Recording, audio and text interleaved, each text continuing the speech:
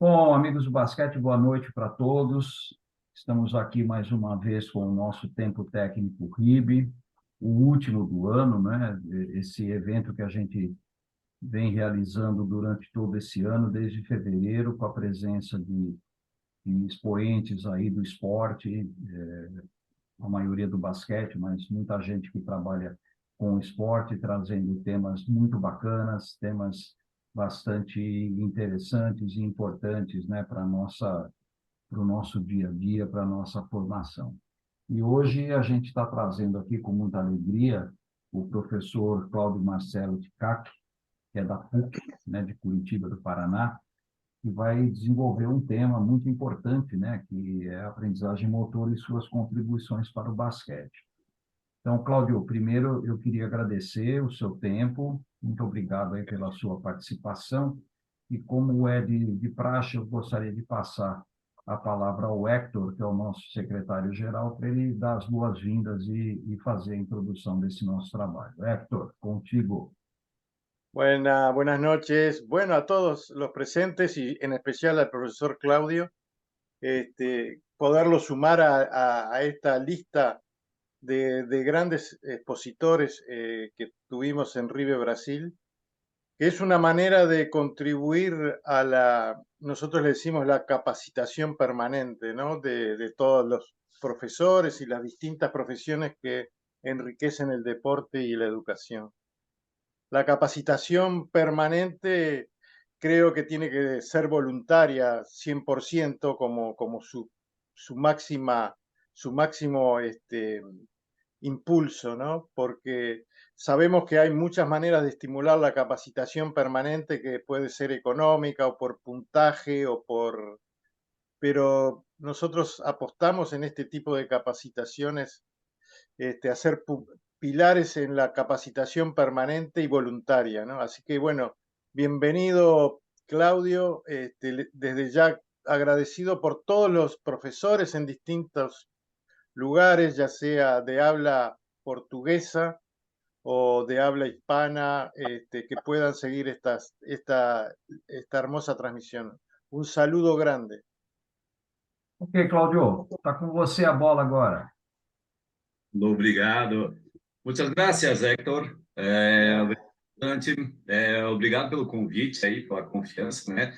E espero fechar, já que eu sou o último do ano, espero fechar bem o ano aí nesse ciclo de palestras que vocês tiveram aí, né, durante o ano.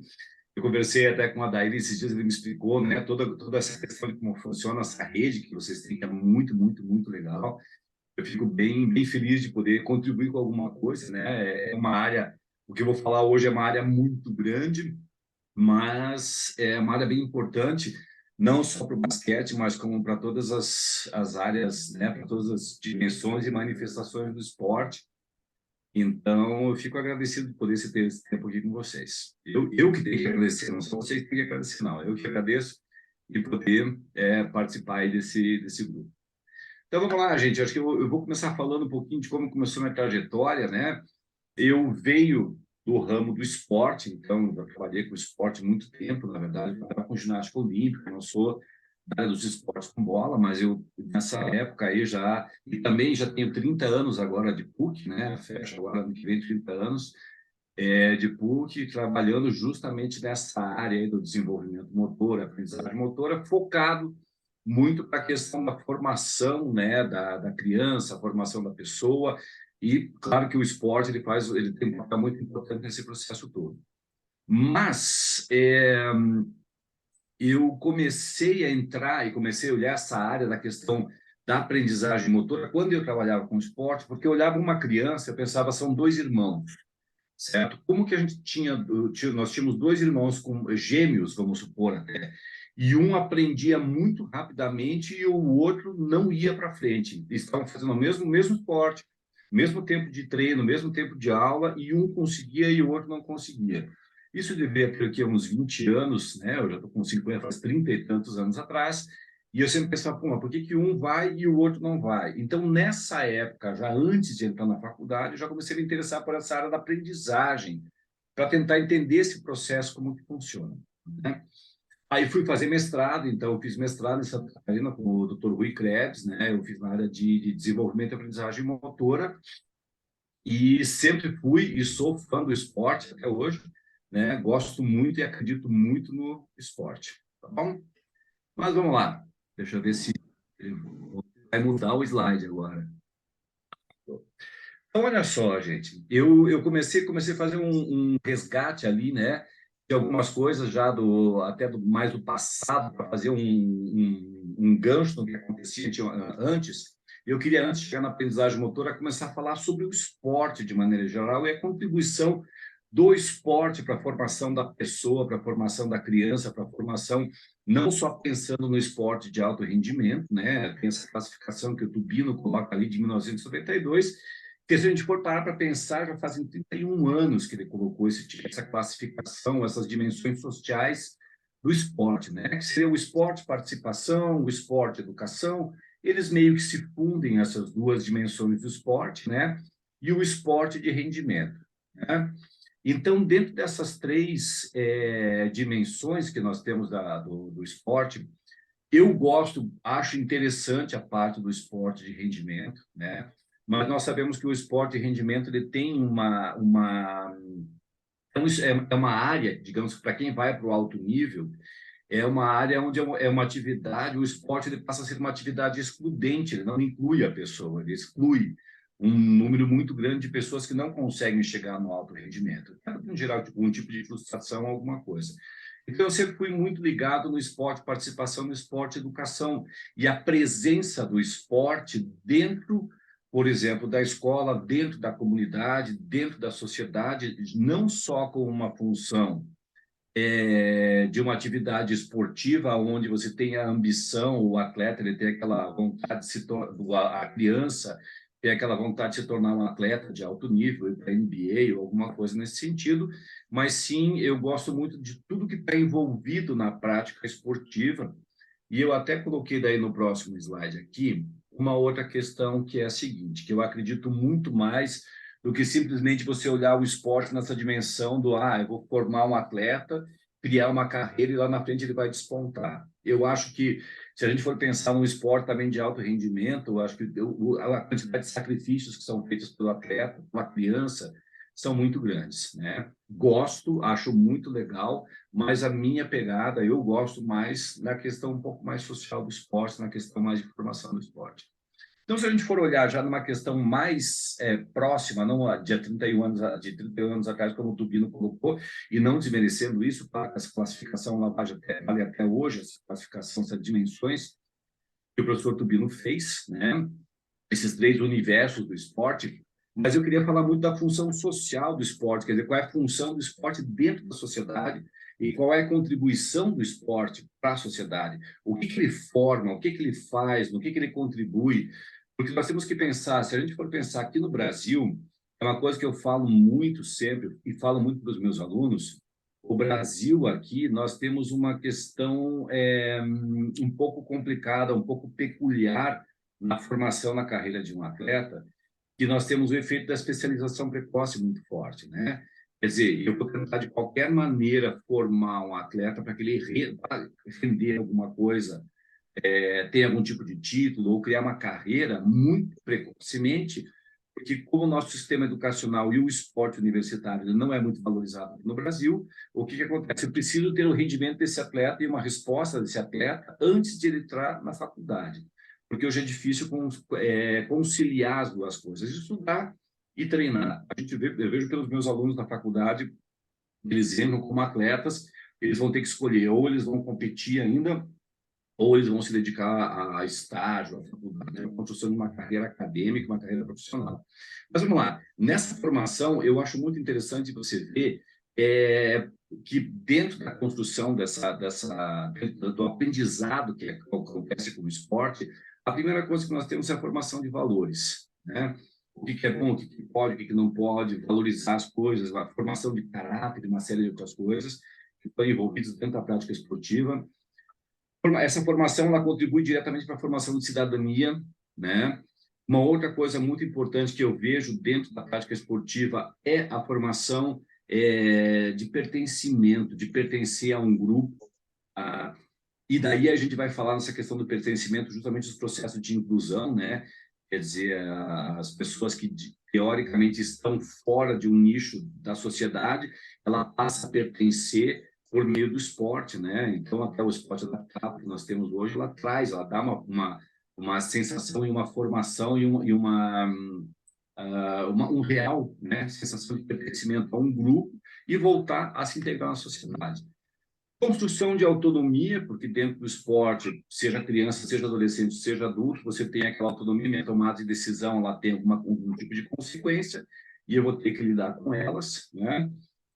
A construção de múltiplas inteligências, até em conversa com a professora Daíra, ele comentou sobre essa questão que já foi falado aqui também, mas a gente não pode esquecer que dentro da prática esportiva, de maneira geral, pode colocar aí, né? Dentro da prática esportiva, nós temos aqui a inteligência físico-sinestésica muito forte, a inteligência interpessoal e uma série de outras capacidades cognitivas que são muito melhoradas com a prática esportiva, principalmente quando ela começa na infância e ela é conduzida durante um bom período aí, seja qual seja o objetivo do professor ou do técnico, seja no ambiente escolar, seja no ambiente fora da escola, ou seja no ambiente, né, prática, participação, vou jogar basquete lá, ou jogar qualquer outro tipo de esporte, mas fora do contexto escolar ou fora do contexto do treinamento ou da formação de atleta para alto nível, né? A formação de soft skills, que se fala muito, quer dizer, tudo que não é técnico ou direto, né? Então passam a ser as soft skills, quer dizer, aprender a lidar com as outras pessoas, aprender a lidar com perder, com ganhar, com uma série de outras coisas que são capacidades que vão sendo desenvolvidas. A prática esportiva é muito legal nisso. Formação de inteligência emocional, também muito forte na questão da prática esportiva. Formação de inteligência motora, que é super importante, o conceito do Krebs de 2000, né, que ele fala sobre inteligência motora. Inclusive apresenta um modelo, uma possibilidade, né, de como se trabalhar a questão da inteligência motora. E, por último, deixo em vermelho a formação de percepção de competência motora. Então, olha lá, por que eu deixei isso em vermelho? Porque, olha só, vamos pensar o seguinte, não só no basquete, como em qualquer outro esporte, mas agora vamos falar do basquete, porque o basquete tem uma característica que eu gosto muito. Por mais que nós moramos no país do futebol, né, o Brasil é o país do futebol, e às vezes em detrimento de outras atividades esportivas, o futebol ele tem uma dimensão muito maior, ganha-se uma dimensão muito maior, mas eu gosto de esportes como o basquete, como o futebol, como o vôlei, onde você não tem a necessidade de uma estrutura muito grande, como, por exemplo, na natação, na ginástica artística, ginástica olímpica, sei lá como você quiser chamar, você precisa de um ginásio com material muito específico. Hoje em dia você pode, é um esporte muito democrático, permite que as pessoas, que a criança possa participar. Eu não preciso de um ginásio extremamente construído, extremamente cheio de equipamentos para poder jogar basquete. Eu vejo as pessoas jogando basquete na rua, eu vejo as pessoas jogando basquete na pracinha, né? Então, esse tipo de atividade motora, que eu vou chamar, que ela é dada pelo esporte, aqui no caso, passa a ser bem interessante, né, para a formação de competência motora. Então, de competência motora. Vamos primeiro entender o que é competência motora, ou percepção de competência. Eu acho que é bem fácil para a gente conseguir entender, fazendo um paralelo, é o seguinte, por exemplo, eu tenho baixa percepção de competência no sentido de que eu não sei cantar, por exemplo. Sou péssimo cantor. Mas o que acontece? Isso vai fazer com que eu me afaste de qualquer possibilidade de que eu tenha que me expor cantando. Então, minha percepção de competência para cantar ela é baixa, consequentemente, ela vai fazer o quê? Ela gera um afastamento de qualquer possibilidade onde eu tenha que me expor e cantar. Certo? Agora, se eu tivesse uma alta competência para cantar, qualquer oportunidade que eu tivesse para cantar, eu ia fazer isso, né? Nós temos, então, temos vários segmentos da nossa vida onde você, para isso eu me sinto mais competente, então isso me atrai, isso me engaja, eu tenho vontade de fazer isso. Então, por exemplo, se eu sou um bom jogador de basquete, eu me sinto competente motoramente falando, quer dizer que qualquer oportunidade, qualquer intervalo que eu tenha ali, eu vou querer fazer o quê? Vou jogar basquete com os meus amigos, vai ser prazeroso para mim. Então, isso gera o engajamento, né? E daí nós temos dois tipos de competência motora, que um a gente chama de competência motora percebida e a competência motora real. Para a gente poder entender a diferença entre uma e outra. Tá? A percepção de competência ou a competência motora real é aquela que é testada, certo? Então, vamos lá, eu vou testar você, eu vou ver quantos arremessos você fez, de cada 10 arremessos você acerta 7. Então, essa competência motora, ela é real, né? Ela foi testada, ela foi vista ali. E a percepção de competência percebida é quando o teu aluninho, a criança ou a pessoa, ela pensa, de 10 eu acertei 7, mas eu acho que eu conseguiria mais. Então, eu tenho uma percepção de que eu poderia ter feito mais. Então, não necessariamente a competência motora real, ela bate com a competência motora percebida. Agora, o que é mais importante nesse processo todo de percepção, de competência motora, não vamos falar de percepção, mas de competência motora, é o fato de que baixa percepção de competência, ela vai fazer com que a criança ou a pessoa ela se afaste da atividade esportiva. E uma alta percepção de competência vai fazer com que a criança, com a pessoa, ela faça o que? Ela se engaje cada vez mais, né, em atividades cada vez mais complexas e não vai ter vontade de parar de fazer aquela atividade. Então, isso é uma coisa muito importante. Agora, a questão toda é como que eu crio, como que eu vou desenvolver essa competência motora na criança, no aluno, seja para qualquer encaminhamento que você vá fazer dentro da questão da prática do basquete, seja para o esporte de participação, jogar basquete, seja no contexto da educação física escolar, ou seja mesmo no contexto do treinamento, né? Ou num projeto social, de reintegração social, alguma coisa assim que a gente utiliza, então, muito atividade motora, o esporte como uma fonte de engajamento, né? Então, vamos lá. Como que eu vou fazer essa questão de formação de competência motora principalmente de uma criança, né? Eu foco muito na criança, que é o seguinte, gente. Só vou ligar o ar-condicionado que está calor do inferno aqui. Mas vamos lá. Olha só. Existe uma coisa que a gente fala, que daí que logo vou chegar na aprendizagem motora com vocês, para ver como que a gente vai fazer esse processo todo de diminuição gradativa dos graus de liberdade de movimento. Então, significa dizer, o que eu estou querendo fazer? A gente não pode perder o link, né? Você tem o esporte, as várias manifestações do esporte, no caso aqui a gente está falando muito especificamente do basquetebol, que tem uma contribuição muito grande para o aspecto de formação de competência motora, para o desenvolvimento motor da criança e, consequentemente, para os processos de aprendizagem. E aí a gente chega a essa conclusão de que o engajamento ele é dado a partir do momento que a criança, que o sujeito, ele se sente competente para fazer aquela atividade motora. Então, eu tenho que fazer isso por diminuição de grau de liberdade constantemente. Então, vamos lá. O que seria esse processo gradativo de diminuição de grau de liberdade? Você parte do 100% do grau de liberdade, ele vai afunilando, como no exemplo como eu coloquei aqui para vocês. Tá? O que isso quer dizer, gente? Você vai afunilar esse processo ou diminuir os graus de liberdade. Se eu falasse para vocês agora, nesse momento assim, ó, levanta da cadeira ou da onde você estiver assistindo, no sofá, ou seja, onde você estiver assistindo essa apresentação, levanta e sai correndo, certo? Eu preciso fazer isso para você sair correndo. Quando eu falo isso, eu te dei 100% de graus de liberdade de movimento. Eu simplesmente falei, corra, certo? Aí, a partir desse momento, quando eu faço isso, eu dei um comando, um motivo para que você saia e se mexa, mas eu não dei nenhum tipo de informação, eu não restringi em nada o seu movimento, certo? E o processo todo, ele vai acontecendo com o passar dos anos, tá? Onde eu vou diminuindo gradativamente os graus de liberdade de movimento da criança ou do adolescente, enfim, ou até mesmo do adulto, né? Para que ele chegue, se for o objetivo, de chegar na técnica pura de execução do movimento, aí eu teria que fazer o quê? Eu chego ao 0% de grau de liberdade de movimento. Ou seja, o movimento tem que ser executado tecnicamente desse jeito.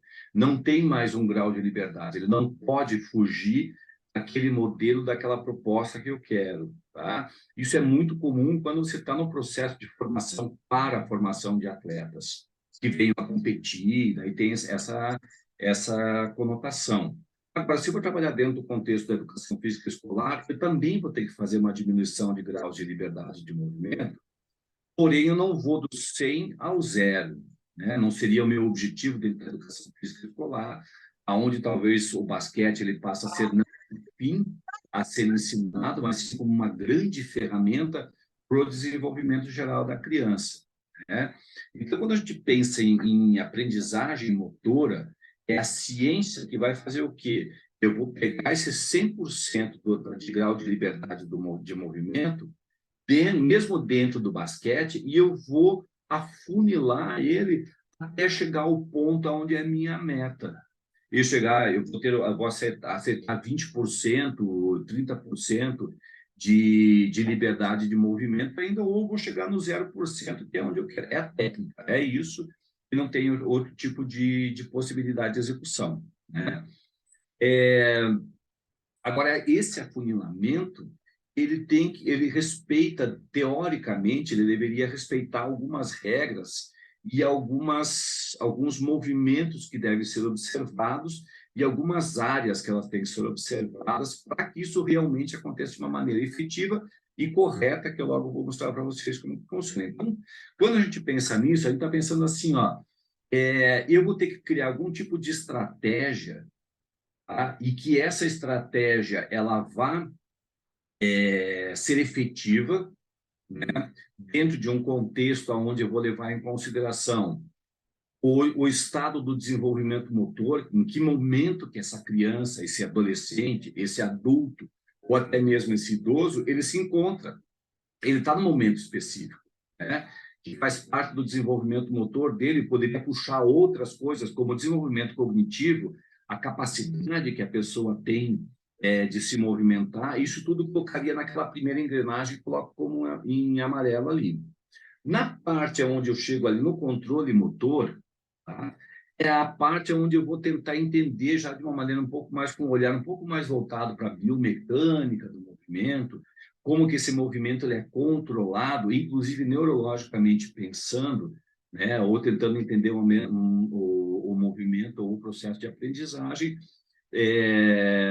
partindo do princípio que o movimento ele surge primeiro na cabeça, ele é criado, né, no teu cérebro, no teu córtex, e o teu corpo ele executa, na verdade. Então, isso tudo fica ali dentro do controle motor. E daí a aprendizagem motor ela vai girar a partir de quando essas outras duas engrenagens começam a girar, o desenvolvimento e o controle do movimento, que ele vai sendo adquirido com o passar do tempo, com uma capacidade desenvolvida. E daí o processo de aprendizagem motor, então, ele ocorre. Certo? Então, se a gente for olhar a área do comportamento motor, quer dizer, o alterar o comportamento motor de uma criança, um adolescente, um adulto, um idoso, ele tem que respeitar essas duas engrenagens, a amarela e a cinza, o desenvolvimento motor e o controle motor. Aí eu entendo o comportamento motor total, né, de uma pessoa de uma maneira um pouco mais efetiva. Aí que o processo de aprendizagem motor ocorre. Tá? Então, olha só, se você for olhar numa questão bem conceitual, esse conceito do McGill aí de 1998, conceito clássico, né? Que a aprendizagem motora, ele fala como uma alteração na capacidade do indivíduo, tá? De fazer o quê? Em desempenhar uma habilidade motora.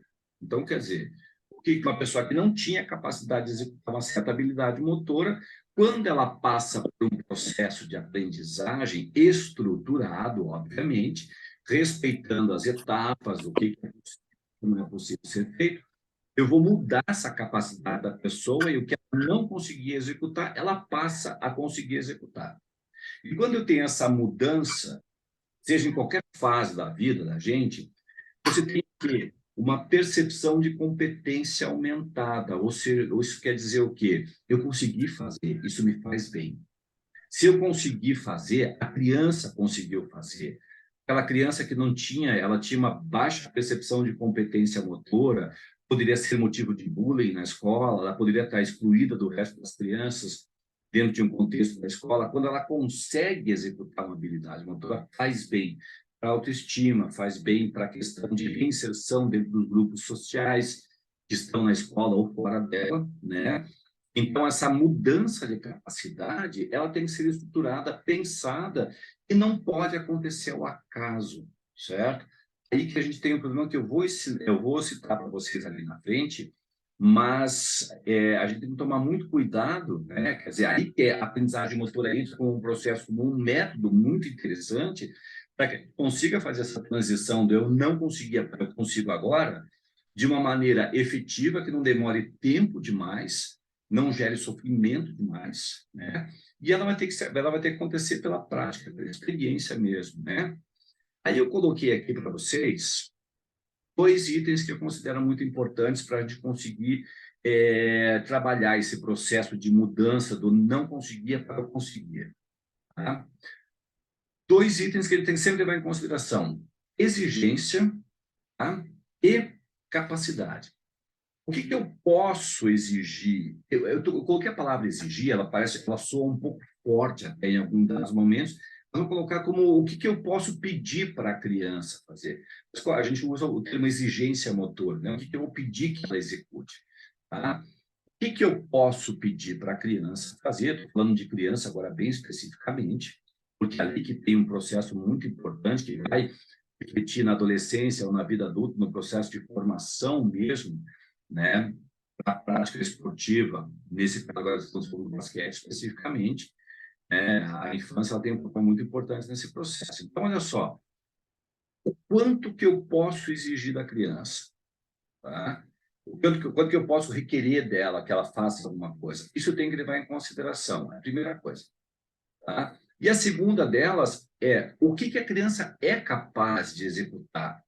Tá? Pensando que é um processo cognitivo, neuromotor, então eu preciso de um certo tempo de maturação nos processos de desenvolvimento motor, nos processos fisiológicos envolvidos, nos processos cognitivos, para poder entender, por exemplo, por que eu tenho que segurar a bola desse jeito de basquete. Uma criança muito pequena, ela não vai entender isso.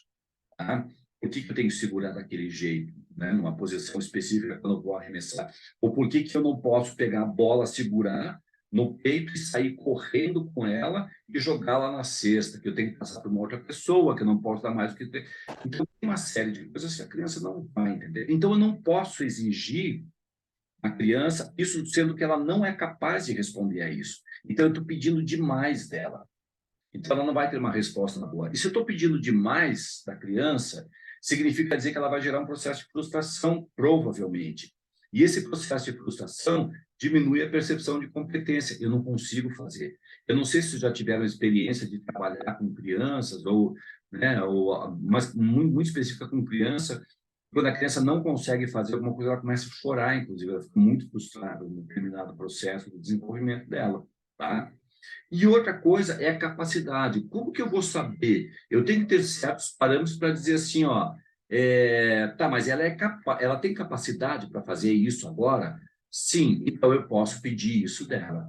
Então eu tenho que levar sempre em consideração essas 2 coisas quando eu vou estruturar uma estratégia para formação, para ensinar o basquete, para ensinar qualquer atividade esportiva, eu tenho que levar em consideração isso. A exigência e a capacidade. E as 2, eu tenho um parâmetro muito importante no caso que eu coloquei para vocês ali, que são as etapas do desenvolvimento motor. Eu não posso antecipar uma etapa, não posso puxar muito para baixo. E se eu fizer isso, eu aumentar demais a exigência, eu posso gerar um problema. Ou eu pedir menos do que a criança seria capaz, que é como eu coloquei nesse próximo slide aqui, ó. Porque se você for olhar agora aqui, ó, você vai ver o seguinte, olha lá. Deixa eu ver se eu consigo pegar aqui. Quando você tem, ó, eu tenho uma exigência menor do que a capacidade que a criança teria, você vai fazer o quê? Você vai praticamente não provocar nenhum tipo de mudança. Quando eu estou falando em mudança, eu estou falando justamente do processo de mudança de comportamento motor, do não conseguia para o começar a conseguir. Então, eu tenho uma exigência muito baixa, sendo que a criança, naquele momento, ela tem uma capacidade aumentada, ela poderia render muito mais do que ela efetivamente está rendendo. Então, são poucas mudanças que vão acontecer ali. Agora, quando eu pulo uma etapa e eu exijo demais da criança do que ela não é capaz de fazer, certo? Eu tenho uma exigência muito grande, eu vou promover a tal da especialização precoce, certo? Eu estou puxando, eu estou pedindo demais para ela. E quando eu peço, ó, as duas primeiras situações, eu posso gerar frustração no sujeito. Vou colocar sujeito, eu estou falando muito da criança, mas pode acontecer com um adolescente. O que isso quer dizer? Na primeira situação, você pensa, pô, eu tenho uma percepção de competência que eu me sinto capaz de fazer mais. Mas você, enquanto professor, enquanto técnico, enquanto facilitador, você não usou esse potencial que a criança tinha, você não puxou.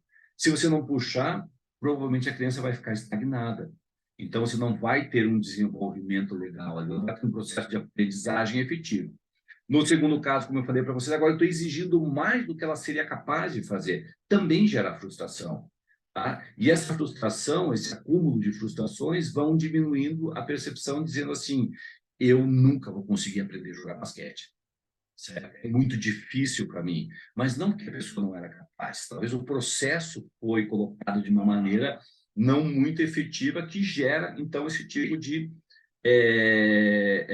desgosto pela atividade que a criança vem a fazer. Tá? Aonde que você teria o equilíbrio entre as duas coisas, que é o que a aprendizagem motora, a ciência da aprendizagem motora, ela prevê, que é justamente o que eu tenho, o equilíbrio entre o que eu vou pedir para o sujeito fazer dentro das capacidades dele, levando ele ao seu ponto máximo ali, quer dizer, então eu consigo fazer essa parametrização, eu arrumo parâmetros para dizer, eu posso exigir isso da criança agora, porque ela é capaz de fazer isso. Tá? Aí sim eu vou começar a promover o processo de aprendizagem de uma maneira que a criança vá aprendendo, mudando o seu comportamento motor. Ela não sabia fazer um drible, ela não sabia fazer uma bandeja, ela não sabia fazer um arremesso, um passe de peito, um passe picado, enfim, seja o que seja, ela não sabia, então ela vai começar a conseguir fazer, porque está dentro da capacidade dela e alguém está pedindo para ela fazer aquilo. E aos poucos eu vou fazendo o quê? Eu vou diminuindo gradativamente os graus de liberdade dela, para que ela consiga realmente executar o movimento, até o ponto de redução de grau de liberdade que eu acho, ou que esteja dentro do meu objetivo. Se, como eu falei para vocês, se for dentro da educação física escolar, talvez você não vai chegar a 0%. Agora, se eu estou querendo ir para a competição ou para o esporte rendimento, talvez eu vou ter que chegar muito próximo do 0%. Não tem muita margem para erro ali. Tá?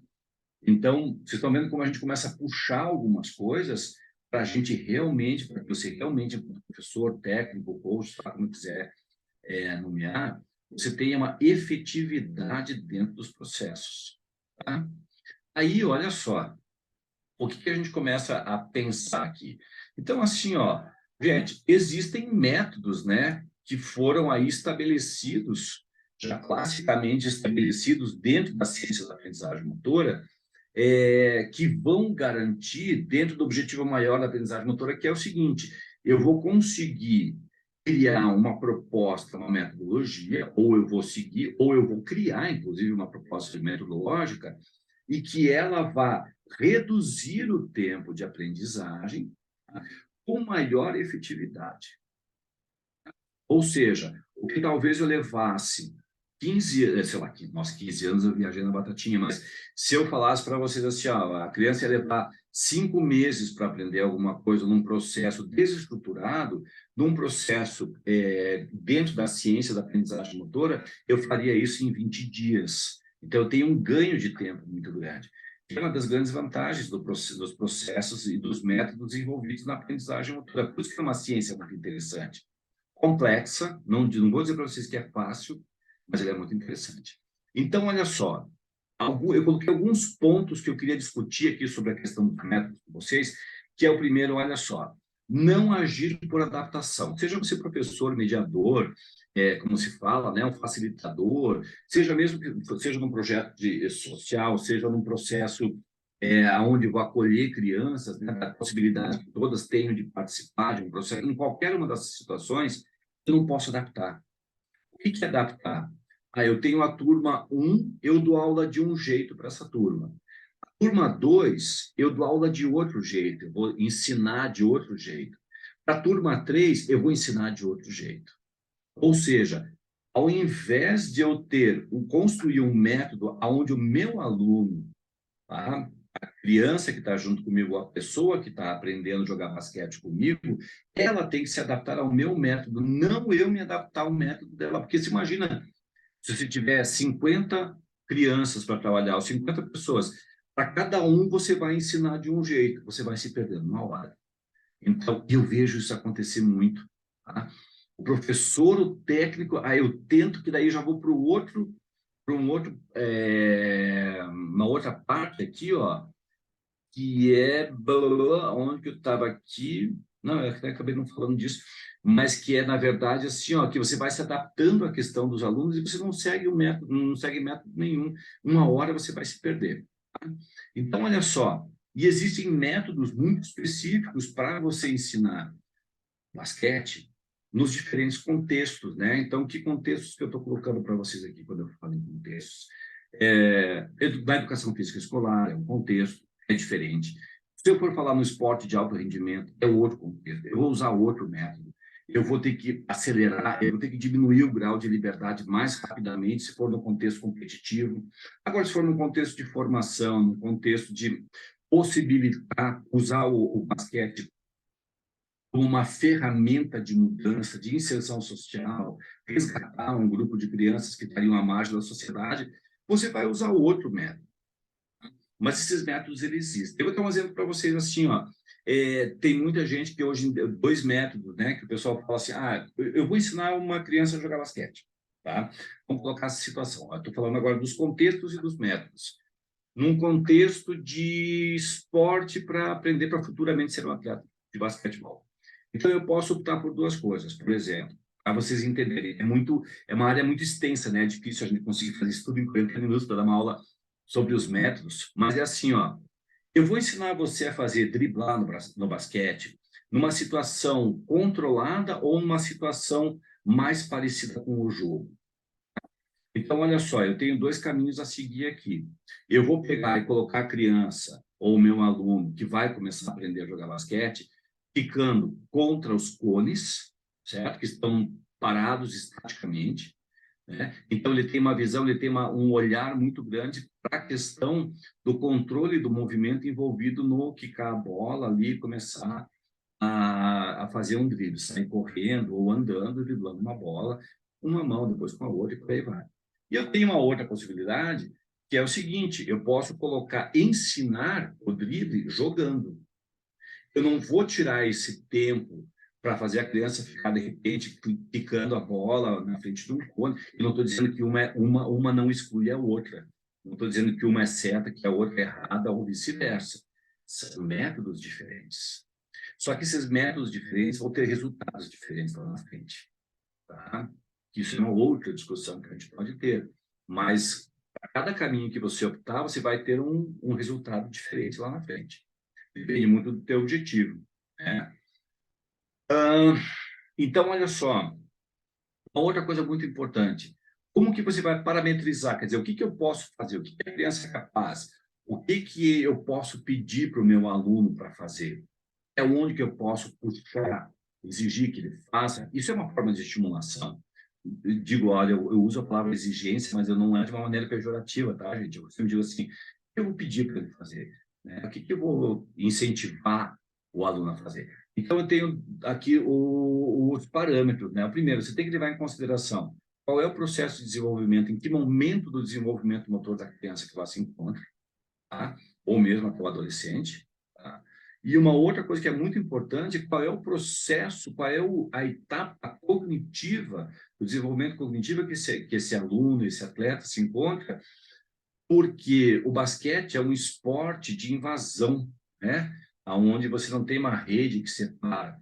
E a tática é extremamente importante dentro do basquete, não só a execução do movimento, como a diminuição de grau de liberdade, pensando no movimento, no gesto técnico, no arremessar uma bola, num passe, alguma coisa assim, nesse sentido, mas também tem uma questão toda de posicionamento. A tática é muito complicada para uma criança poder entender.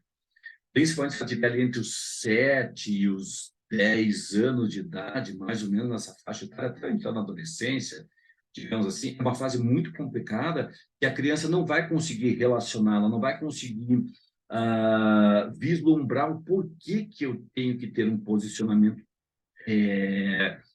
tático ali dentro de um jogo, de alguma coisa, né? Eu vi alguma coisa lá no chat, eu já fui responder. Mas vamos lá. E o último das coisas que eu queria falar para vocês, além de estudar muito, que é muito complicado, que é uma área que você tem que estudar bastante, quebrar a herança técnico-histórica de métodos passados. Eu estou para fazer, já faz tempo que eu estou prometendo isso, que eu não vou fazer antes de me aposentar. Eu quero fazer uma pesquisa com relação a isso. O que é essa herança histórica, técnico-histórica? É assim, ó. Eu já fiz essa pergunta para os meus alunos ali na faculdade. Hoje são 9h15, se me deixar, eu vou embora. Mas olha só, quer ver esse negócio que eu estou falando para vocês? É assim, ó.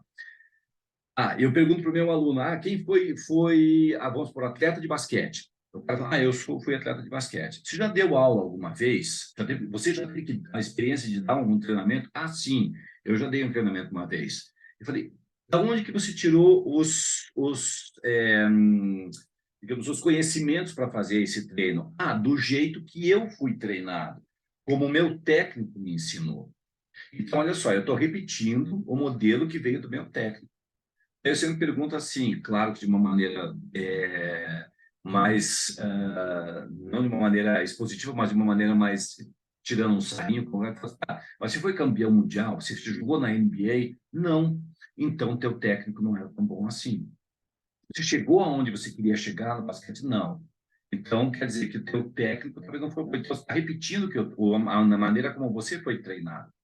Provavelmente o técnico desse atleta que eu falei, ele deu o treino do jeito que ele foi treinado. E eu vou voltando para trás. Historicamente, vão se repetindo modelos de treinamento, modelos de ensino, métodos de ensino, que não necessariamente eles foram baseados em alguma coisa, uma ciência, e também tem gente muito boa, vamos fazer o 50-50 aqui da história, tá? Mas o que acontece? Você vai repetindo um modelo de treino que talvez esteja dando aula hoje, ou esteja utilizando métodos de ensino da aprendizagem no basquetebol de 40 anos atrás. Eles não cabem mais para hoje. Eu vou passando de geração para geração. Eu dou treino do jeito que eu fui treinado. O meu técnico me treinou do jeito que ele foi treinado, e daí vai essa repetição pensando no modelo que nós temos de técnicos e professores, aonde se valoriza muito aqui no Brasil, pelo menos eu não sei como é no Uruguai, mas aqui é muito valorizado o fato de que você tem que ter sido ex-atleta da modalidade para ser um técnico. Não necessariamente você foi um atleta e você vai ser um bom professor. Então, eu já vi muitas pessoas, já tive muitos alunos, inclusive nesses 30 anos de PUC, muitos alunos que falam, nossa, professor, eu queria tanto trabalhar com tal esporte, mas eu não consigo estágio porque não tenho currículo de atleta. Bom, mas aí, de repente, você vai fazer mestrado, doutorado, curso de especialização em treinamento, sei lá, da natação, mas eu não fui atleta de natação, tá? Então, a gente tem que quebrar um pouquinho essa herança e começar a colocar ciência no lugar de uma herança histórica. Eu acho que isso é um dos grandes pontos que a gente consegue avançar dentro da criação, do estabelecimento de métodos ou regras muito interessantes para que realmente eu consiga ter efetividade, eu consiga atingir o meu objetivo, seja em qualquer contexto do ensino do basquete. E para isso tu vai ter que estudar muito. Né? E tem gente que estuda muito, e tem gente que repete aquilo que acha que seria o correto, né? Então, são casos diferentes, porém, eu acho muito interessantes de serem vistos. Vamos ver, deixa eu ver uma coisa, deixa eu ver se está... Mudou, eu percebi que tinha travado aqui um negócio. Gente, vamos lá, aqui, ó. Então, assim, ó, eu comecei a fazer pensamento aqui sobre o basquete, né? Eu não sou professor, não sou técnico de basquete, eu estudo a área do desenvolvimento humano, desenvolvimento infantil, aprendizagem motora, desenvolvimento motor, controle motor, então eu sou dessa área, né? Mas se você pegar o que nós temos de interessante aqui do basquete, que eu acho muito legal, tá? Eu peguei uma criança e coloquei um eixo longitudinal e um eixo transversal. Tá? Significa que eu separei o corpo da criança aqui em direita e esquerda, em membros superiores e membros inferiores. Tá? Qual é o grande ganho que a gente tem do basquete como uma ferramenta muito importante para o processo de aprendizagem e melhoria da capacidade cognitiva de uma criança, inclusive para outras modalidades esportivas? O basquete pode ser uma base muito importante. Primeiro, olha só, dentro da prática do basquete, você vai ter o quê? Bola, né? Quando eu coloquei a bola, significa dizer com as mãos, diferente do futebol, que eu estou usando a bola com o pé, tá? Que eu teria da cintura para baixo só no futebol, eu não tenho esse envolvimento tão grande das mãos. Mas quando eu coloquei mão, objeto, significa dizer que, além da criança ter que correr, mudar de direção, ela vai trabalhar com as mãos, tá? Então, eu poderia dizer que a probabilidade, né? A promoção do desenvolvimento de habilidades, além de locomoção, como correr, saltar, pular, né? Você vai ter o passar, pegar, arremessar, que são super importantes, não só para o basquete, como para outras atividades, para o caçador depois, lá na frente. A gente chama de caçador, que a gente chama de queimada. Tá? E, além disso, você tem ainda os padrões motores axiais, vira muito, mudança de direção constante, essa dinâmica do basquete, é um esporte muito rápido, né? Em comparação ao futebol de campo, por exemplo, ou se a gente comparar com natação, esportes individuais, é um esporte muito dinâmico, né? Então, ele é excelente para o desenvolvimento de uma criança, o desenvolvimento motor da criança. É uma atividade motora bilateral, porque por tudo bem que a criança vai ter a preferência de um lado, com a mão esquerda ou com a mão direita, né? Tanto para começar para uma série de coisas, mas eu imagino que o que seria correto é que você estimule a criança a utilizar os dois lados, e quando você pega a bola com as duas mãos, ok, eu estou trabalhando de maneira bilateral, que é outro ponto extremamente importante para o desenvolvimento geral de uma criança. Gente, a parte de tática, o envolvimento, por ser um esporte de invasão, tá? O ganho que a criança tem com visão periférica, que vai juntar com o processo tático, posicionamento, estar no local desmarcado, aonde que eu ataco, aonde que eu defendo, perseguição de bola, de objeto, isso aí é excelente para quê? Para o fortalecimento do sistema cognitivo, porque envolve muitas áreas do cérebro, diferente de uma atividade um pouco mais parada, um pouco mais focada, onde talvez você não tenha uma dinâmica tão grande de constante mudança de direção, essa dinâmica, né, da rapidez, como teria talvez no futsal, também tem o handebol, também tem isso, né, que são esportes de invasão, diferente do vôlei, que tem uma rede onde atacantes e defensores ficam separados, né, tá todo mundo junto ali, tá? E uma coisa que tem se falado muito hoje em dia, que é assim, ó, a prática do basquete fortalece uma coisa que está se falando muito, que é sobre as funções executivas do cérebro. Tem um monte de gente estudando, eu estou estudando isso de uma maneira violenta, assim, tentando entender esse processo todo, que seria o seguinte, olha só, a ativação ou a ação do freio inibitório. O que é o freio inibitório? Onde você vai ter uma função executiva do cérebro que ela vai ajudar dentro de um processo de execução de, por exemplo, a criança está correndo, a gente chama isso de primeira tarefa, e tem um tempo de reação X, e ela vai quicar uma bola, eu tenho um segundo tempo de reação, uma segunda tarefa motora, tá? Quando eu ponho as duas juntas, começa a dar um bugzinho ali, né? Começa a ficar um pouco mais complexo para uma criança para fazer. Então, o que vai acontecer? O freio inibitório, ele vai fazendo o quê? Ele vai começar a eliminar todos os estímulos que eles não são necessários para a realização daquela tarefa. Mas isso geralmente vai acontecer quando eu tenho a execução de duas tarefas simultâneas coordenadas, tá? Então, o basquete tem essa... O handebol também vai ter, né? Acho que poderia colocar os dois, assim, no mesmo, mais ou menos no mesmo balaio, digamos assim. Mas é muito bom justamente para essas questões. E daí, assim, ó, para eu não me estender demais, que já são 9h30, Antes que o professor Dante chegue lá, deu um shutdown no cara, eu queria falar para onde que está indo a aprendizagem motora agora? Qual é o caminho que está se tomando hoje em dia dentro da aprendizagem? Olha só, o que se tem de novo, né? O que a gente pode esperar aí pela frente? Uma que eu coloquei para vocês aqui, ó, que isso aqui é um dos livros clássicos, né? É a Bíblia da aprendizagem motora, que é o livro do Schmidt-Risberg, né? Ele tem vários aqui, aprendizagem e performance motor, né? Uma abordagem da aprendizagem baseada na situação.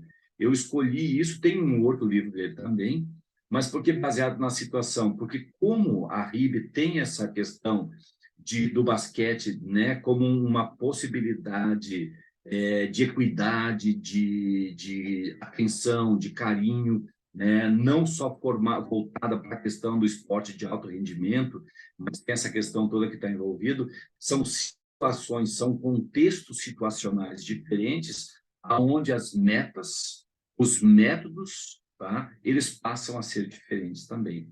Então, é muito situacional. Então, esse livro é muito bom. E esse outro livro aqui foi lançado recentemente, agora, ó, eles chamam de Neurociências do Comportamento Motor, Desenvolvimento, Aprendizagem e Controle, tá? Na atividade física e esportes. Então, o caminho que nós estamos seguindo hoje em dia dentro da aprendizagem motora é entender como que o cérebro opera, como que o cérebro funciona, como que o cérebro organiza todas as informações que vêm do ambiente, do professor, tá? Do objeto que a criança está trabalhando, isso tudo tem que ser processado muito rapidamente, tá? Então, eu diria para vocês que nós teríamos aí, sim, como um novo olhar aí para a aprendizagem motora, que está ficando muito forte, é justamente essa questão da neuro entrando, e eu também estou estudando, gente. Não cheguei a conclusão muito grande nenhuma até o momento, mas a gente está estudando para conseguir acompanhar essa nova tendência. Então, eu já deixo aí esse livro foi bem novo, eu ainda também não comprei ele, mas vou comprar. Ele foi lançado, acho que agora faz pouquíssimo tempo. Tá? E é isso, minha gente. Obrigado, graças a todos, né? O pessoal que está aí, né? Do Uruguai, adoro Uruguai, vinho Uruguai, muito bom. Eu deixo meu contato para vocês aqui, meu e-mail institucional, e também queria agradecer muito ao professor Dante pela oportunidade, um tempo curto, para um tema muito extenso, mas eu espero ter trazido algumas luzes, né, acender algumas, a gente chama de red flag, né, para algumas coisas que dentro da prática de cada um a gente tem que tomar em consideração para ter os efeitos melhores possíveis. Certo, minha gente? E é Muito isso, bom. Bruno. Cláudio, só vou pedir para você agora, então, tirar da tela para a gente abrir aqui o nosso, para todo mundo poder participar. Aí. Muito bom. Muito bom. Cláudio, muito obrigado. Oi. Muito, Imagina. muito bom mesmo. Eu acho que você trouxe para a gente aí uma contribuição extremamente importante e, de alguma forma, né, agrega, né, a um pensamento que eu acredito da maioria das pessoas que fazem parte do nosso grupo, né, essa questão essa preocupação, né, com a formação esportiva, essa preocupação com o desenvolvimento dessas crianças de uma maneira adequada, de uma maneira progressiva, né? Que é o que muitas vezes nós não vemos. E aí, naquele slide que você coloca a capacidade e a exigência completamente desconectadas, né? Muito mais exigência do que capacidade, né? E na maioria das vezes a gente vê isso e vê isso também em função não só do comportamento, dos próprios treinadores, mas a gente vê isso muito também em função das cobranças que são feitas, né, por parte de família, por parte de pais, bom, enfim, tudo aquilo que quem trabalha com esporte em nível de formação sabe do que eu estou falando, né? Recentemente, Opa. inclusive, numa reportagem do Globo Esporte, nós vimos aqui um grupo, né, de pais numa competição, num jogo de futsal no Rio de Janeiro, as crianças sendo agredidas verbalmente, uma mãe entrando na quadra e jogando uma casca de banana para o árbitro sendo ameaçado por um pai que disse que se você marcar falta do meu filho, eu te mato. Enfim, então tem todo um ambiente, infelizmente, um ambiente muito desfavorável a essa formação adequada, né? E é Exato. isso que a gente tenta, esse grupo que está aqui presente, e muitos do nosso grupo que, infelizmente, não puderam estar presentes, a gente reconhece essa dificuldade, a maioria pensa dessa forma, né? E como você disse no início, ninguém aqui está desconsiderando o esporte de rendimento. O esporte de rendimento Não, é uma realidade e é uma necessidade, né? Você sim. não consegue. Ele tem sua função, né? Ele tem sua função de processamento. Exatamente. O grande problema é que muitas vezes você inverte o processo, né? Você quer falar de esporte de rendimento quando ainda alguém está em formação, tá? Função. Eu acho muito interessante tudo que você colocou. Eu fiz algumas anotações aqui, mas eu queria deixar primeiro em aberto para os nossos colegas. Se vocês puderem abrir a câmera e o áudio, quem quiser fazer alguma pergunta para o Cláudio, alguma consideração, por favor, fique à vontade. Vamos abrir as câmeras aí, gente. Júlia, Denilson, Jonas, Elisângela, e abrir o áudio também. Alguém tem alguma pergunta para o Cláudio? Ninguém tem nenhuma pergunta? Se não tiver, não tem problema também. Não, mas eu tenho não Oi, perguntas. professor. Eu tenho Boa noite. considerações aqui muito importantes, assim, que vem ao encontro, né, daquilo que eu penso. Eu acho que você coloca algumas coisas que acabam linkando com o meu pensamento. Inclusive, é um tema que eu vou desenvolver no congresso, nesse congresso que eu falei da RIB, que vai começar dia 17, dia 23, eu vou ter uma intervenção, que é exatamente a questão da importância do conhecimento para o desenvolvimento esportivo. Então, quando você coloca aqui, né, aquela questão dos métodos, aquela questão de você abandonar aquela herança histórica, técnica histórica, tudo isso, para mim, remete a uma questão, estudar muito, né? Tudo isso, para mim, remete a uma questão que se chama conhecimento. Exato. Né? Então, quando você detém conhecimento, e eu chamo de múltiplos conhecimentos, você com certeza vai conseguir desenvolver um trabalho mais adequado. Então, o que são esses múltiplos conhecimentos, na minha opinião?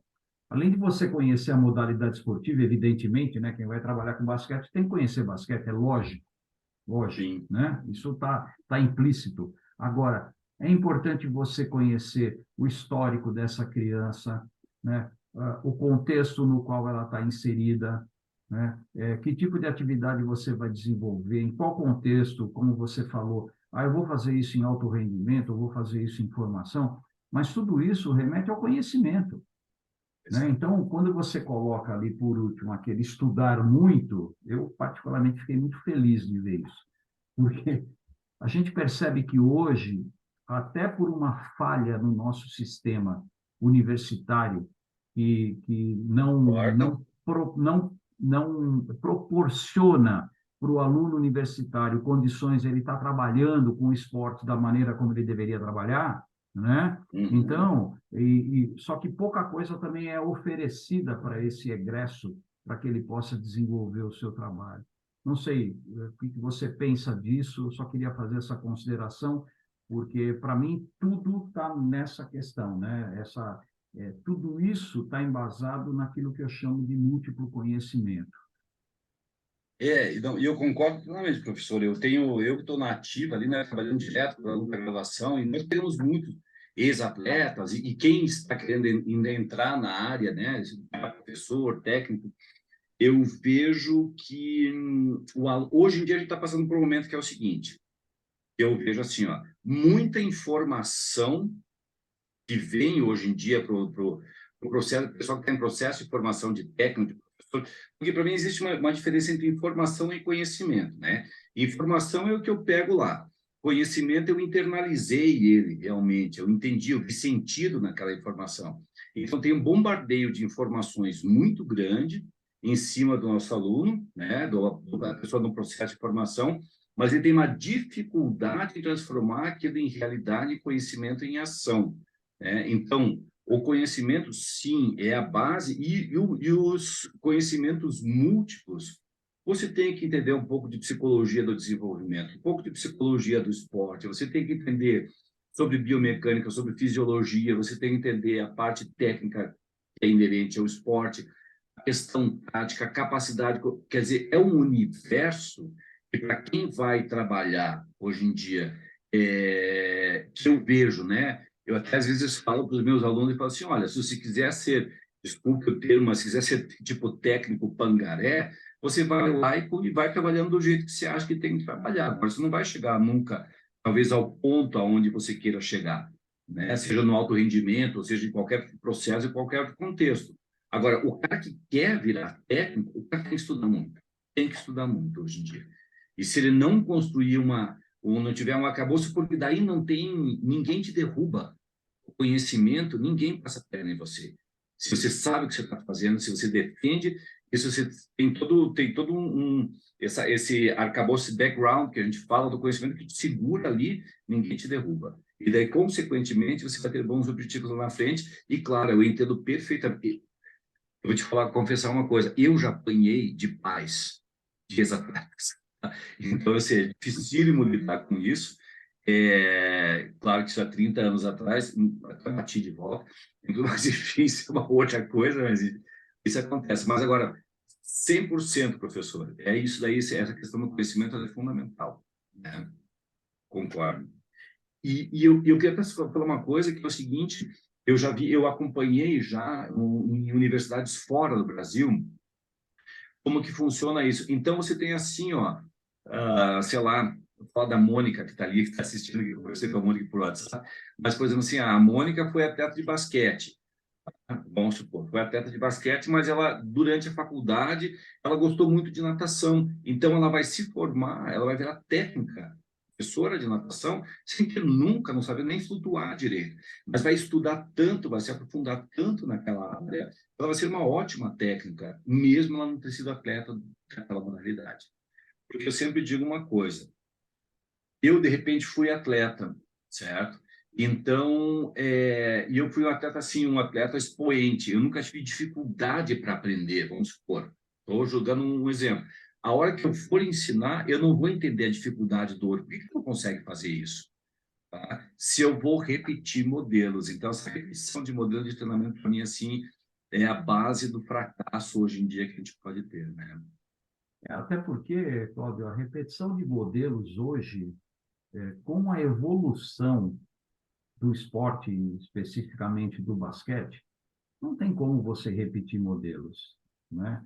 Então, se você pegar, vou dar um exemplo, se você pegar aquele famoso livro do professor Moacir Dayuto, Metodologia do Ensino do Basquete, ele é um livro realmente que traz conceitos importantes e que ele foi muito importante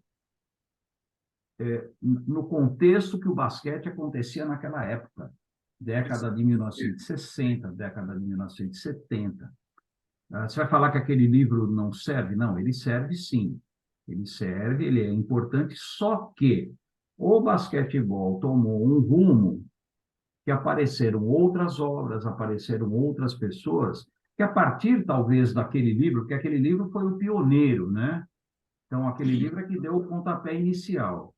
Então, a partir daquele livro, a coisa foi evoluindo. Então, hoje, você pode ter aquele livro como exemplo, mas como exemplo, assim, de algo que acontecia, né, naquela época, há 50 anos. É uma obra clássica, né? Uma obra clássica, mas que precisou ser atualizada por outras pessoas, né, que acompanharam o desenvolvimento do esporte. Isso não só no basquete, evidentemente. O basquete que se jogava na década de 1960, completamente diferente do basquete que se joga hoje. né? Então, era um jogo mais cadenciado, era um jogo mais, digamos, organizado, era um jogo mais técnico até. Eu arriscaria dizer que era um jogo muito mais bonito do que se joga hoje. Essa é a minha Exato. opinião, né? Porque hoje é força, hoje é velocidade, é força pura, bom, enfim, uma série de características, né? Mas ali, então, às vezes o pessoal fala assim, mas se fulano de tal jogasse hoje, ele faria 80. Não, não faria. Não faria. Não faria, Concordo porque plenamente. é outro jogo. É outro Uhum. jogo, né? Então, era um jogo mais cadenciado, era um jogo mais lento, era um jogo mais posicionado, cada um tinha a sua posição bem determinada na quadra. Então, É bonito de ver, o né? armador era o armador, o pivô era o pivô, né? Hoje você não vê isso. Hoje você vê um jogo completamente, com uma dinâmica completamente diferente. Então, essa Sim. evolução tem que ser acompanhada, né? Essa evolução tem que ser acompanhada. E eu acredito que isso só pode ser feito realmente com muito estudo, né? Para que você possa levar isso para a quadra, para que você possa adequar os métodos, né? Adequar os conteúdos à realidade daquele seu, vamos chamar de atleta, o seu Um atleta praticante, né? O puro. seu É, praticante. é. E conhecer o praticante é fundamental. Se você não conhecer com quem você vai trabalhar, como é que você trabalha? Conta para mim.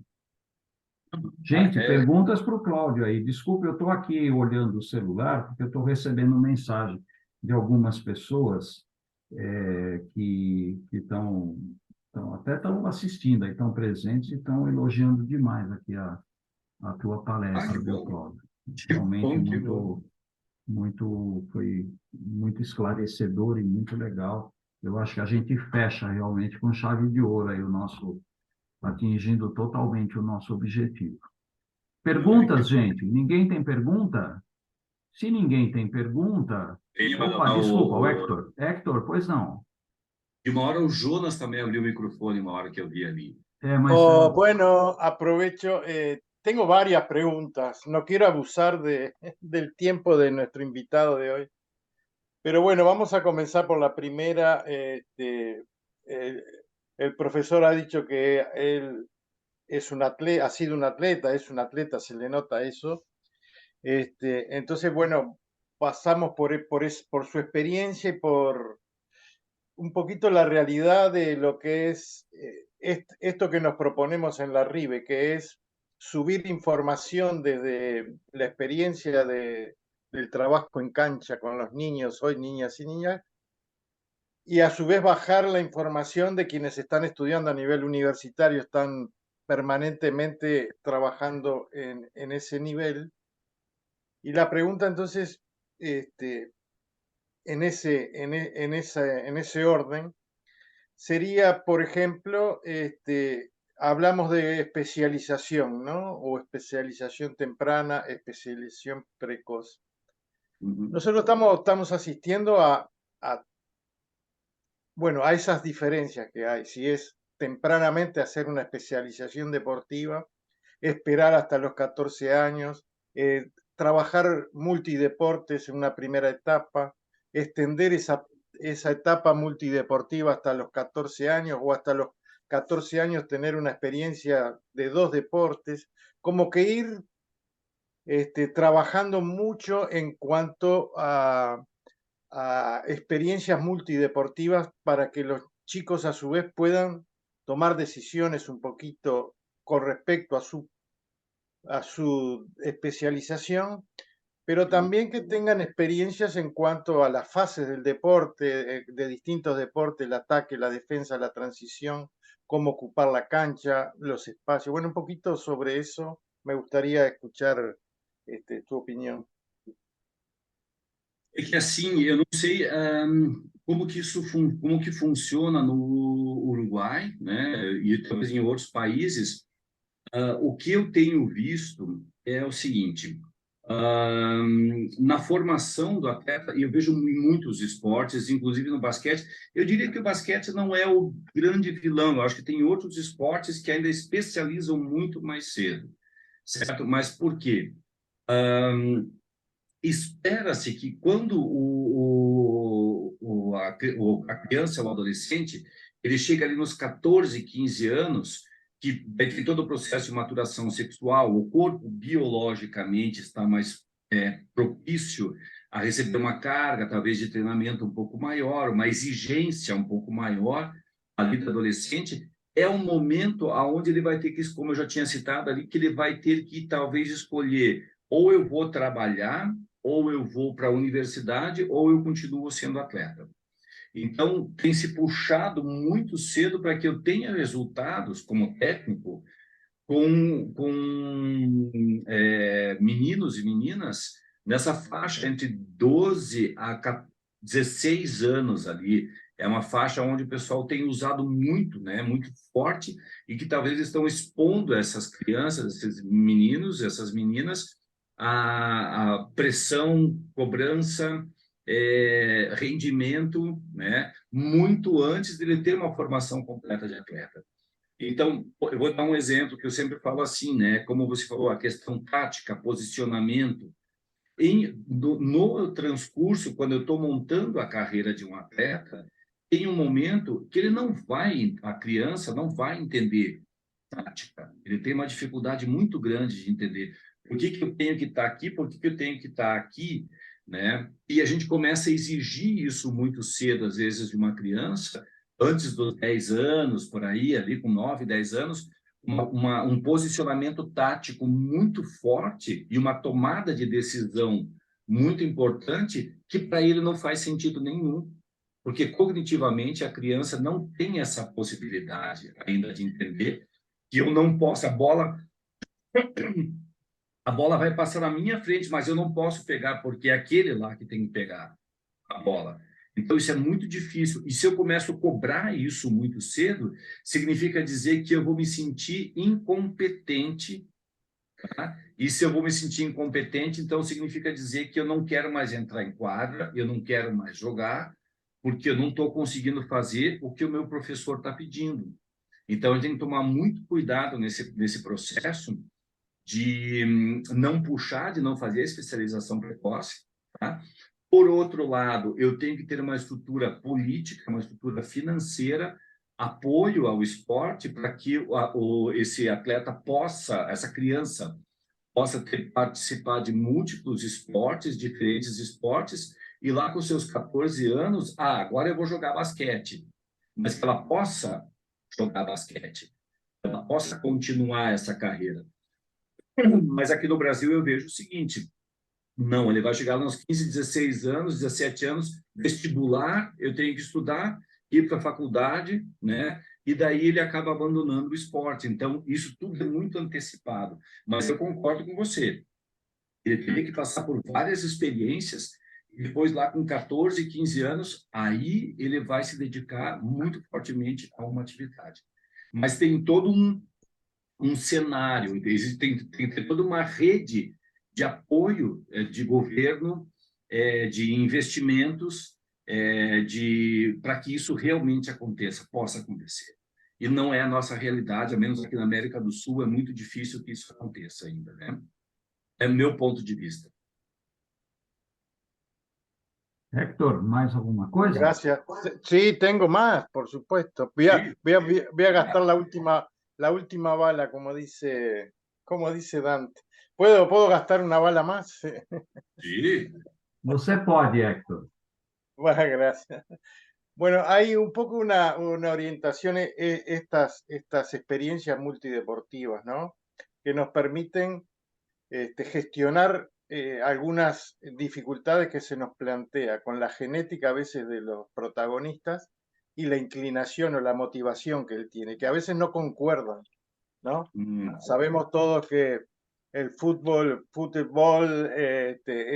es algo que domina en América, por ejemplo, ¿no? Pero lo tomamos de manera global con otros deportes. Vemos jóvenes, no importa el sexo, que tienen una genética en cuanto a la parte física o a la parte también mental o de resistencia a la frustración, pero que no concuerdan eso que nosotros vemos que es una especialidad deportiva y él no tiene la voluntad de esa, o no la descubrió, o la otra es muy fuerte, el otro deporte lo tira más fuerte. Entonces la práctica multideportiva nos permite ir gestionando y haciéndole ver estas cosas. Un poco tu opinião sobre isso. Sim, eu gosto muito do trabalho do Juan Pablo Greco. O argentino, ele está na Universidade Federal de Minas Gerais. O Juan Pablo Greco, ele fala justamente disso, né? Porque para você ter, para uma criança ela ter sucesso, vamos supor, para ser um bom jogador de basquete, eu não posso ter simplesmente que ele seja um bom jogador. Vamos a primeira questão, né? Ele joga, ele tem uma boa visão tática, mas ele tem 1,60 m. Então, ele não tem uma condição anatômica para se encaixar naquele esporte. Certo? Uma questão que eu acho bem importante é isso. É a mesma coisa, por exemplo, se eu pegar um menino que tem 1,90 m, tem uma mão muito grande e calça 45, de sapato, 45. Ele vai ser bom para jogar dentro de uma piscina e nadar, por exemplo, né? Mas, anterior a isso, vamos supor, então tem essa questão genética, biológica, que vai dar forma, né? Isso é uma coisa muito importante. E a segunda, agora, se esse menino, que, por exemplo, tem 1,90 m de altura, tá? Ele nunca entrou numa piscina e ele foi para o basquete e pensaram assim, não, é alto, vai ser jogador de basquete. Eu sempre ouço falar isso, né? Não, às vezes ele talvez não seria bom para o basquete, ele seria bom para a natação, mas antes de ele chegar lá aos seus 14, 15 anos, ele nunca entrou numa piscina, ele nunca tentou nadar. Entendeu? Então, quando a gente pensa no nas várias oportunidades, é para que a própria pessoa diz assim, eu vou na piscina, eu não consigo nadar, mas me dá uma bola de basquete na mão, eu vou muito bem. Então, ele tem a possibilidade de juntar a condição genética com a condição motora, técnica e psicológica para uma determinada modalidade. Então, eu acho que a junção dessas duas coisas é muito importante para a gente ter cada vez mais talentos e pessoas e jogadores cada vez mais competentes. Eu acho que isso, o Cláudio, interrompendo aí, nos leva àquela questão também, né, quando se fala em talento esportivo, né, é a questão do ambiente onde essa pessoa vive, né? Então, se você está num ambiente onde piscina não existe, onde a piscina é de difícil acesso, mesmo que essa pessoa tenha todas as condições genéticas de ser um nadador, dificilmente ele vai ser um nadador, né? Então, o ambiente também contribui muito, a cultura local, né? Um exemplo que eu sempre dou, e o pessoal está cansado de ouvir isso, Franca.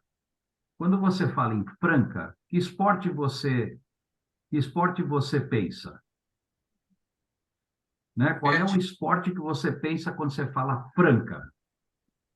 Basquete. Basquete. Né? Então, é um local onde o ambiente é propício para aqueles que querem jogar basquete. Talvez alguém que queira ser nadador em Franca, talvez tenha mais, não que não vá ser, não é isso. Mas o ambiente que se cria naquele local é um ambiente muito propício para que a pessoa realmente jogue basquete. Né? Então, é uma tradição, né? Tem a questão cultural da cidade, tem a tradição da cidade naquele determinado esporte, e assim por diante. Não, também tem o poder aquisitivo, uma série de coisas. Mas essa questão do ambiente também tem que ser levada em consideração, né?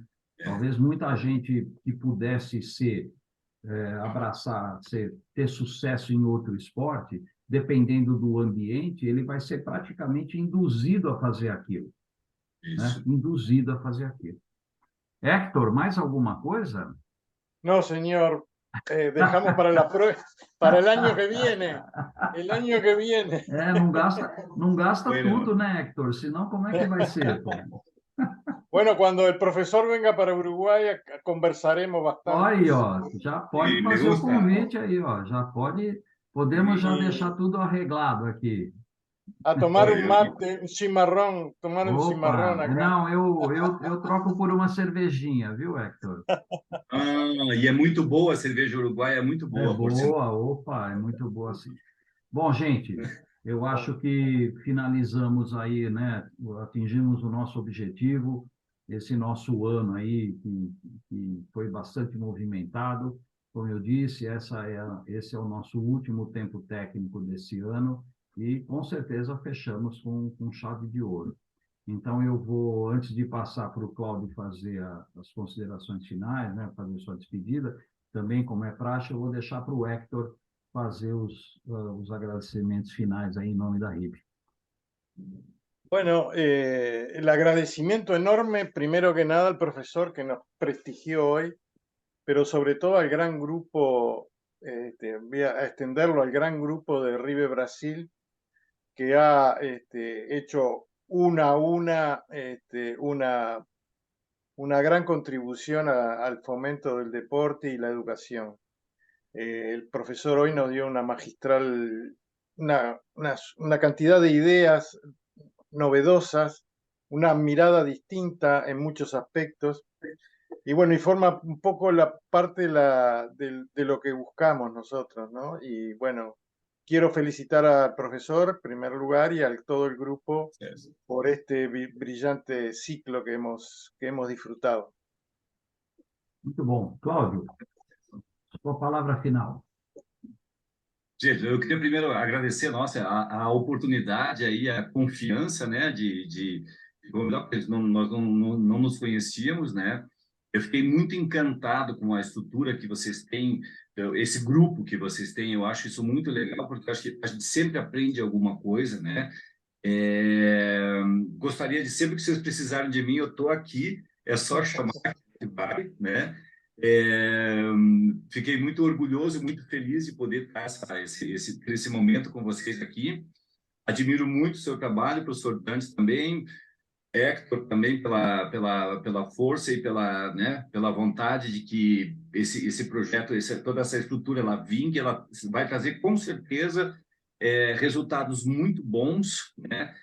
Não só para os professores de basquete, mas principalmente para as crianças que vão estar envolvidas com esses professores que passam por essa rede, pela rede RIB. Isso eu acho fantástico, eu acho muito bonito, e vocês estão super, super, super de parabéns.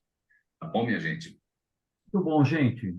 Quero agradecer de novo a presença aí dos colegas, agradecer todo o apoio, principalmente do Hector, né, que nos dá um apoio logístico aí bastante grande, agradecer ao Cláudio e lembrando que a partir do dia 17, ou seja, próxima sexta-feira, nós teremos início do nosso congresso, que eu vou passar para vocês a partir de amanhã. Toda a programação vai ser transmitida pelo YouTube, né, o nosso canal do YouTube da RIB Global.